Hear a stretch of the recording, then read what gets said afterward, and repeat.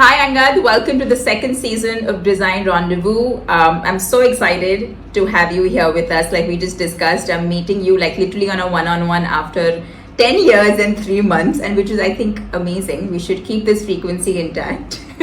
So welcome, and I want to dive straight into this conversation. Angad, and you know about this, that I truly believe that great inventions start from a place of personal problem solving, right? And I know how Praan was born, but tell us, what was the journey? How did it start? How has it been? And what's really driving you towards making a big impact? I think, previous generations grew up with the promise of an exciting future. If you work hard and build a career, the future is going to be great. But not so much for my generation and the ones after. We grew up with reality of air pollution, climate change, water pollution, animal extinction. Fish has plastics. Not a very exciting future to wake up to. That was an irritant throughout my life growing up. And I think instead in all grand scheme in all things climate, what is it that's affecting people at large scale today, which is going to have tremendous long-term impact. We all speak of a doomsday in 2050, but there's a doomsday which happened a decade ago, and since air pollution started to grow, and that's slowly led to large millions of people actually dying every year, so many million stillbirths globally. And it was always considered an India or Asia problem, but I think recently with wildfires, it's Canada has air pollution, and then US has air pollution, and New York had the worst air quality in the world a couple of months ago. So it's a global problem, it's a big one, and it's often confused as a public health and not a climate change problem. But the truth is that urban air pollution, that's when you have a blanket of dust and smoke in cities, has 45 times the global warming impact that CO2 does. So it's a tremendously large problem. It's very, very nuanced. These are particles you can't see, and they're coming from millions of sources. And then you have to filter large volumes of it. How do you filter the atmosphere? It's insane. And then to still make it affordable and accessible and do it in a manner that people can use every day. So I think it's very exciting. At the same time, it's grueling. But I think that's what makes any sort of startup fun, right? You chase moonshots, you're on a path not explored, and you learn new things every day. Yeah, and how did it all start? Walk me through that.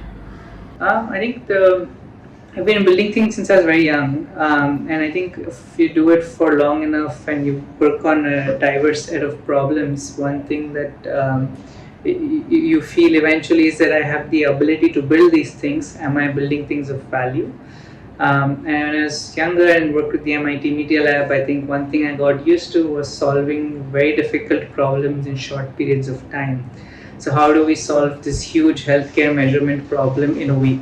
So let's get an MVP working in a week, show it to the doctor, let's see if it works on the patient, and if it works, you have a real company that has scale. So that sort of abilities gives you this itch that, hey, if something's bothering you for long enough, you should try to solve it. And while I could move to another country with a cleaner environment, then I could not expect friends, family, everyone to do the same. And that's when we said, when you're young and you have nothing to lose, I think you should try ambitious things. And we tried this, and so far, while we fail many times every day, when you zoom out, you made tremendous progress and traction. So that's why we sort of started working on Praan, I think in 2017. What started with me alone grew to around 200 people volunteering their time from around the world, because you're bootstrapped. It was a moonshot. No VC wanted to cut us a check at the time. And with deep tech, we needed $30 million on day zero to build the stuff that we built today. So who's going to cut you a $30 million check at ideas? There are people today, but not so much when we started. And I think it's the people of Tesla, Apple, SpaceX volunteering because the tech problem was so hard, the design problem was so hard. So even the ones who just worked on it at no cost got their name on some of our patents, and they've done exceptionally well career-wise. So I know that even though it was like, volunteering, these guys have, taken some things from the project and the company which are, long standing and permanent. Oh, that's fantastic. So, you mentioned that how do you design these, in the best way possible. And I know, you mentioned this that, Praan is not trying to clean up the atmosphere, right? You said that instead it's, it wants to create localized hotspots of clean air in places that require it the most, right? You say that, and I quote you, we're trying to provide cleaner air to people where they are. And exactly what you mentioned right now, that you could move to MIT, but you couldn't ask everybody that you love to move there, right? And especially in India, post COVID, there's been this tectonic behavior shift of people moving out of the cities, right? Taking pay cuts, but they want the quality of life for themselves, for their kids, and one of what is that quality is air. One of those qualities, right? And I feel like we never thought of air to be harmful as much as it is right now, right? And now air becoming such a huge, big deal. So tell me about what are the kinds of products that you're building, and how do you build them so aesthetically? Yeah, fundamentally, there are two areas, or actually three areas of work that we do.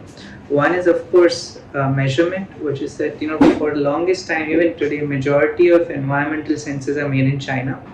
And ones you can actually afford to scale, so say $5 to $500 sensors, they have tremendous challenges with reliability and consistency in data. So you can't rely on the information that's coming from these sensors at scale. And the ones you want to buy, which may actually be reliable, start at $15,000, $20,000. How do I put 1 million of these? It doesn't make financial sense. So we built our own sensing and mapping platform, and we don't measure air quality. We measure how air pollution flows in 3D space. So how the air is carrying those dust particles of what materials in different infrastructure. So that every street is different, so the way pollution flows on different streets is different because of the architectural changes. So how do you map that in 3D space? So that's one area we work in. Second is filterless air purification, which is when you're talking about outdoor environments, you're talking about industries like steel, cement, refractories, the backbone of economy. They're highest polluting industries in the world. How do you capture dust? Say with some of our steel customers, it's 1.5 tons of iron captured every day from the air.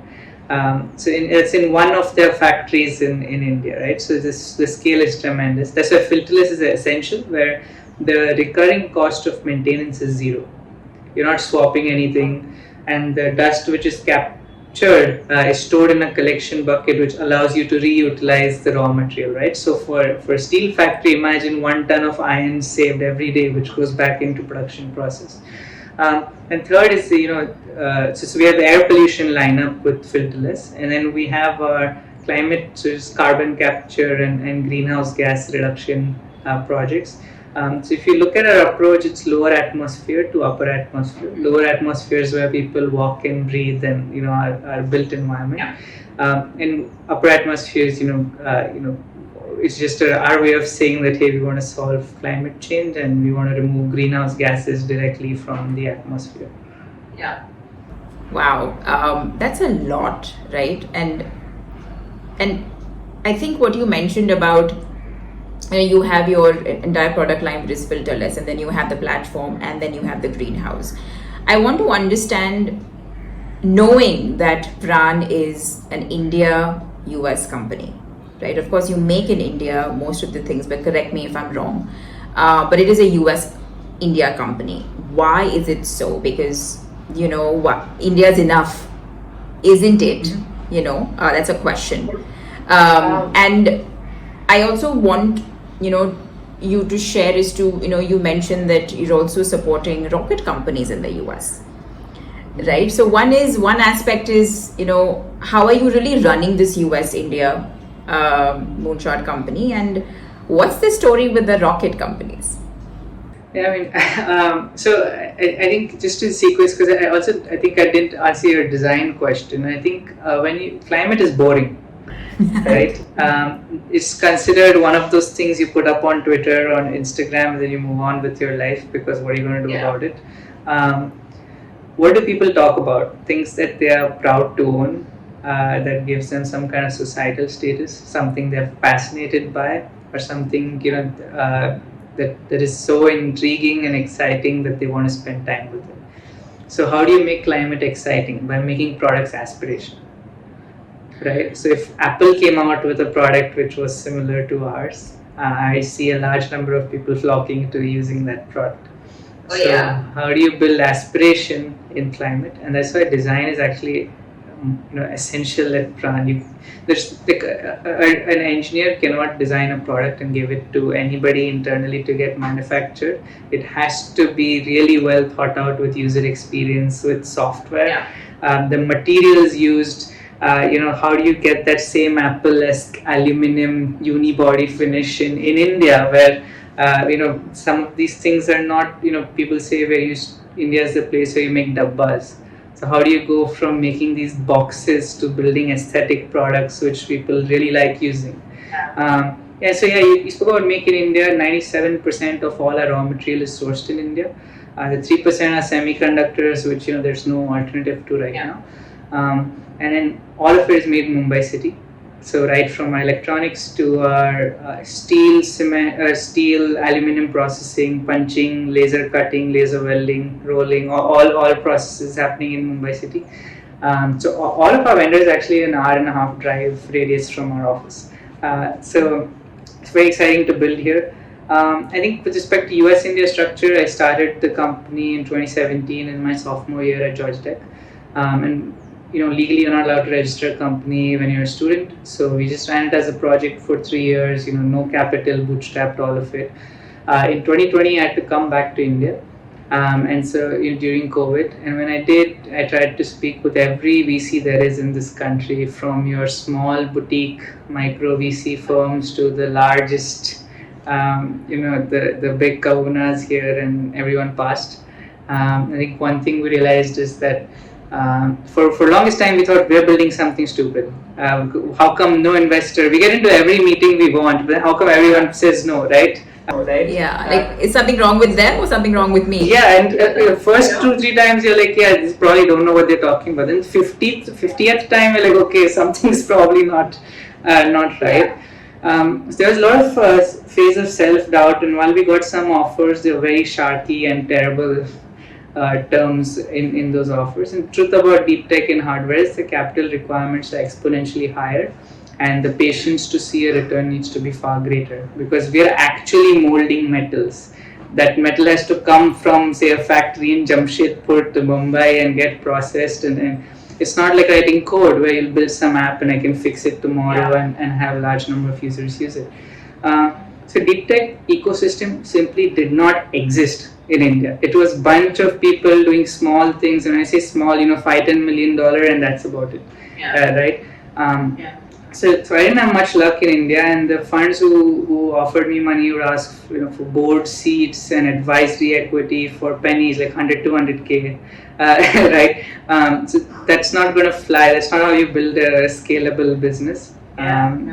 So we got lucky where part of Emergent Ventures, and we got a few grants, and then when we were struggling to fundraise, met some VCs through Emergent Ventures. One of them, I think it was in 15 or 20 minutes, offered us $1 million to lead our round. So like, okay, were we talking to the wrong people for 18 months that it took me 15 minutes to raise $1 million? No, but I think the reason the US-India structure exists is that even then and today, foreign investors have to pay double tax when they exit India, and they pay tax in their own country as well. And then for early stage startups with high risk, you want jurisdiction over your money. So even till today, the biggest funds will not cut you $2-3 billion checks into an Indian company. So there is some it's all Singapore or US or some shady ones or Mauritius or whatever. But and for us, we anyway started in US. Our patents were held in US. Most of our team was in the US, and 90% of our money is from outside India.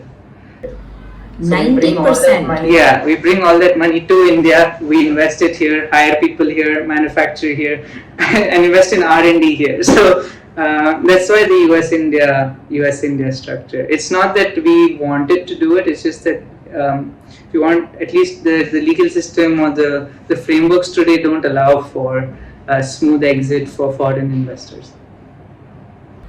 Wow, and here I was thinking at least 50% of investment would be from India, but this is 90% from the other end. Total money was $180,000 from India, which is yeah. Let's not talk about that money. Yeah. Okay. Wow, this is a surprise, and this is great because you spoke about that self-doubt, that even if you're doing the right thing, because you are in that environment of people who are perhaps ignorant or not knowing, you start self-doubting yourself as to, should I even do this? Am I talking sense?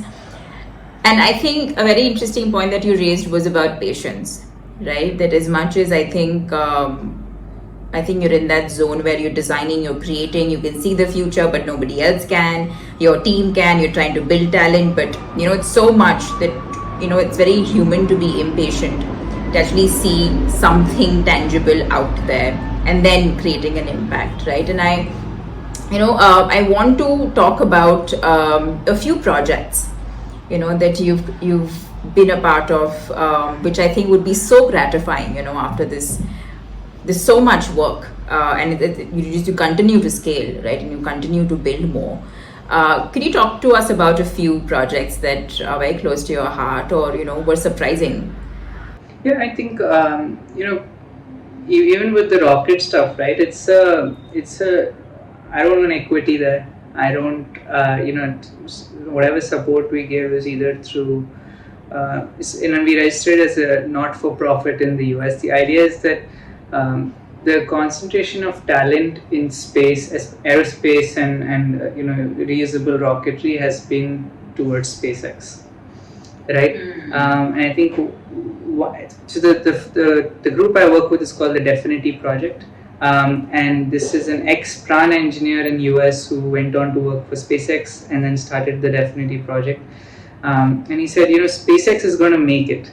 But what's happening is that while other companies want to get funded, the talent is all concentrated at SpaceX. And then that's causing far more delays and demotivation and capital to flow into other areas. So how do you build many more Elon Musks, right? It's by giving great engineering students access to a rocket lab, by motivating them financially to say that, hey, just build this small rocket, take it up to a certain height, land it back, and here's $50,000, right, for being able to do this.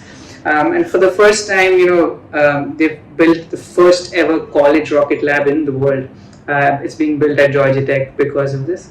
And we have, I wouldn't say we, because all I do is respond to certain emails and help in small areas. But I think what they've been able to accomplish is tremendous. Like, imagine 20 of the top colleges, MIT, Stanford, Berkeley teams working every day on building rockets because we're giving out money. We've got specific permits from USFA to allow us to do this stuff, because technically a rocket is a missile, right? It's a guided missile.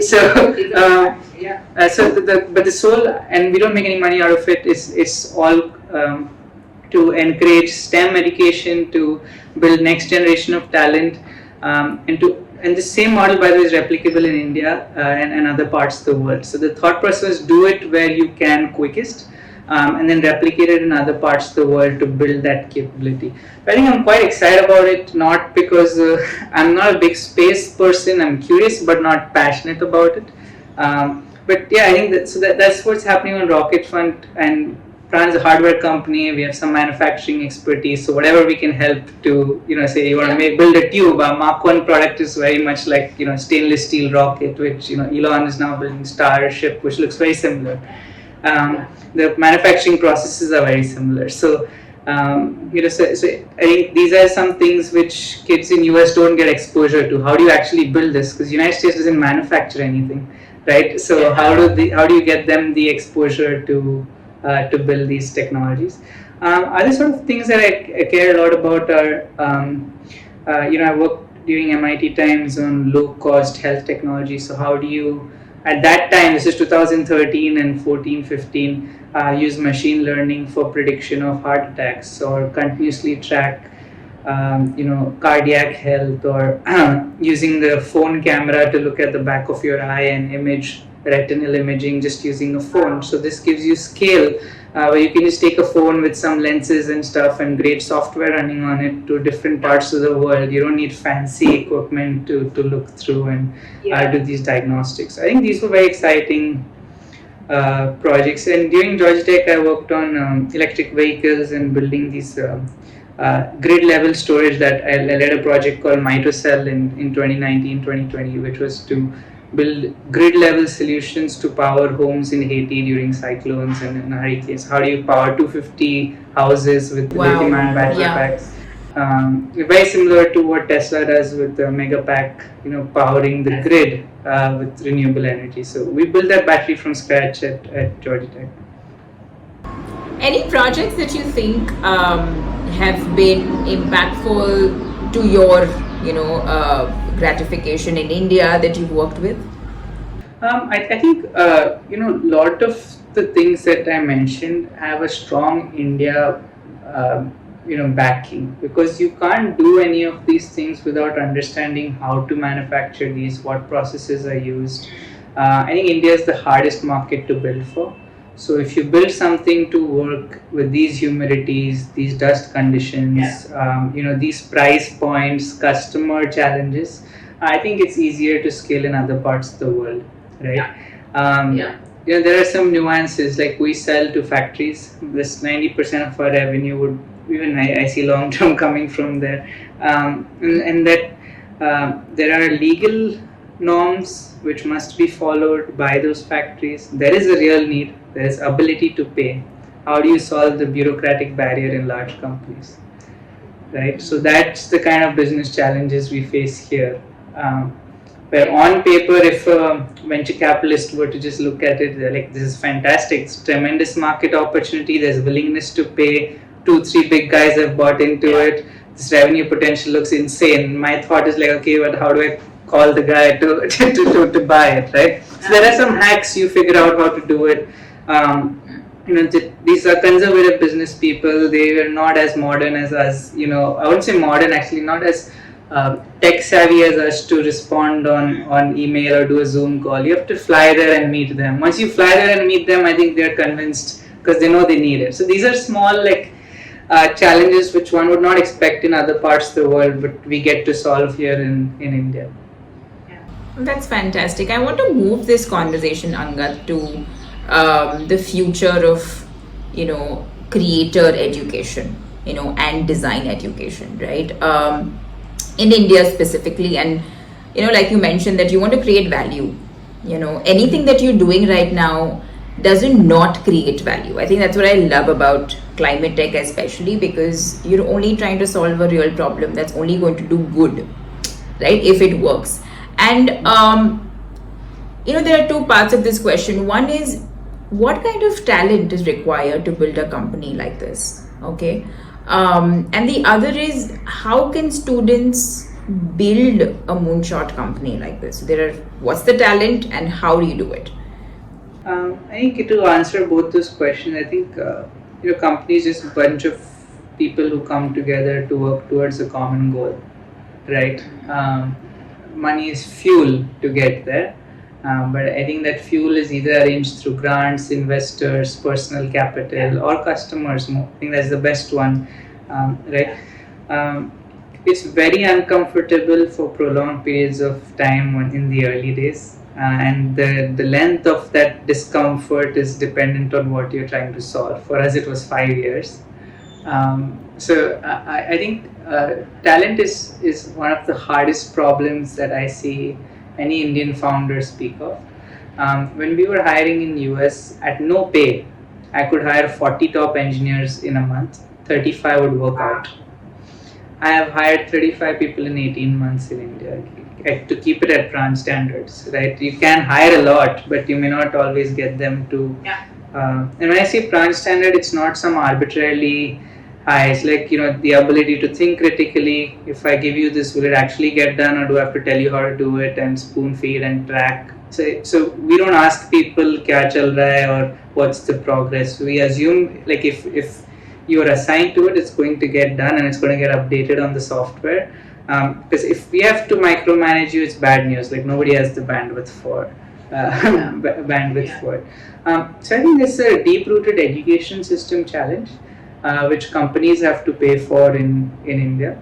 But at the same time, the opportunity is unparalleled today as it is in India. So nothing comes for free. So the challenge you pay for in India is talent.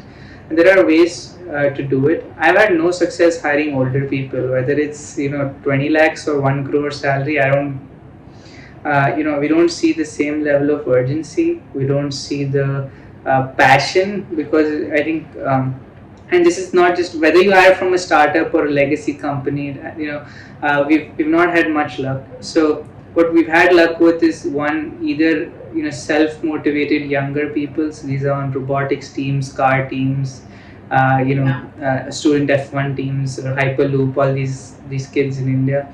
I said, we give them the freedom to do things at Praan. No one's micromanaging it. So this must be accomplished. Here's what function it should solve. Here's the material, the cost, and here's where it's going. Figure it out, get it done, right? So they don't have those budgetary constraints. Like I have never put a budget on our R&D team, right? Wow, right? There's no budget for R&D. No, when I say no budget on R&D team, like we know what projects we are pursuing, but if they'll say I want to try this method to solve this problem, you do it. So that part may suddenly cost 1.8 lakhs as opposed to 1 lakh rupees. But the thought process that if it's far better and solves the customer problem far better, you can figure out how to get that 1.8 lakh lower, right? So which piece of the problem do we solve for? So they know they have the freedom to experiment. They want to build the best thing they can physically build for the customer, but as fast as possible. And I think we have culture, like build something that you are proud to put your name on. So assume your name is going on the device, and it does, by the way. So if you open any of our PCBs, you'll see the name of the designer at the bottom. So that's like you are saying that this is the best quality of work I could put out at that time, and this is my proof of it. So we have that sort of. It's very hard to keep up, and scaling becomes tricky. But I think we're going to learn how to do it as we have so far. Moonshot.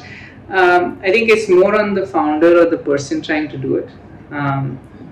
What makes you want to get up and do it even when everything's failing that day? Right? If you had the worst day in the world and you still have to respond to a work message, what is it that you're going to want to solve for? So I think the goal is how soon can you make a moonshot realizable? And for us, the moonshot is that we want to solve air pollution and climate change. But the sequence in which it is done, is there a paying customer? Is the problem large enough where I can have enough numbers paying that, right? So it's finding product market fit or some indicator of it early on, and building towards demonstrating product market fit, whether it's through family money or so the way we put money together is I borrowed 1 lakh rupees from 12 people in our family network, and I said you may or may not get this back, but in a day we had 12 lakh rupees to and that lasted us for like 12-15 months in early days, because all we pay for is parts, right? So I think there is enough money, and money follows momentum. So build momentum, and they'll have smaller checks, and the size of the small check keeps increasing. So there'll be a time where $1 million is a small check. So right, I think it's building momentum. That's all. I love what you just said, Angad, that money will follow momentum. I'm going to use that everywhere I go.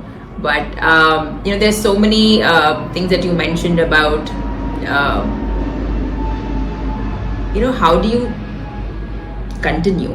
I think continuing when you don't want to continue is, I think, the most difficult thing, right? And that, I think, measures how much you dedicated to this one goal. Because when your things are going great, everything is easy, and then of course you can talk about your goal. But when things are not as per your standards or your requirements, which I think is a larger section of creating a moonshot company, is where your actual resilience, your patience, and your belief in yourself really counts, right? And what I also love that you mentioned about most of the things are very uncomfortable, and I've known your journey, because from TEDx to now, and I know of a few other friends who are also creating some products where you learn everything all the time, and you have to kind of build that muscle to say, hey, I don't know this, help me, I don't know this. And sometimes you just don't know anything all the time. Versus just sticking to your goal, saying, I know this one thing, everything else will fall in place if I really believe in this, and I really want to create something that not just makes sense of me and for my own gratification, but I'm doing this for the larger goal. And I think it's amazing to then have that talent share that passion, and I see that when I'm also when I'm with Eco Institute Lab and I'm mentoring and teaching there, and they also have these smaller modules and programs, right? And that's one thing that we keep going back to. So a lot of things will fall in place, and you don't have to be an expert of everything. I think that's what people think, that when you're an entrepreneur, you have to know everything. I don't think so that's the case. You will find people who know and are good at what they do. But to just stick to your idea and not give up on yourself and the goal, I think, is the hardest part. But thank you so much for being a part of this, Angad. I know you want to say something, Angad. No, I was just was trying to see what is the pattern from what you said. And I think the pattern is that when you tie it to a mission instead of a financial goal, there's no good times and bad times, right? You're always in wartime. So because you're chasing the mission, you don't take the wins for granted, because there's something coming. Right? What's likely to happen in purely financial companies is when you start seeing bank balance grow, or I just raised $100 million round, I can chill now. The motivation slacks because you take that position for granted. I think Ben Horowitz had described it best. He'd written a book called Hard Thing About Hard Things, and he described it as peacetime CEO versus wartime CEO.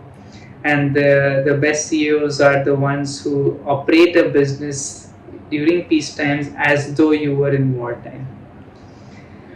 Right? So sense of urgency comes from there, and you can't instill it into people or fake it unless it's tied to a mission. So that's the only way a team can be motivated to work incredible. Like Praan theoretically has 30 months of runway. Nobody needs to be working on Saturday, Sunday, and on a bank holiday, right? But they are working because they know there's urgencies to solve climate. Every day, 100 million people are breathing toxic air in their workplace, and it's going to kill them, in a couple of weeks. So there's a real, and we have all this data we get from our sensors. So that's always a put off when you look at. So I think there's constant sense of urgency. Yes, but thank you so much. I'm going to take a lot of these nuggets and go back to my university and throw them around like confetti. But thank you so much, Angad, for being here. I will speak to you very soon, and hopefully you also be a part of the other rendezvous soon. Yeah, thank you so much. Sure. See you in a decade. Well, hopefully it's not a decade now, so I'll make sure it's not that. But thank you again. Yeah. All right. Thank you.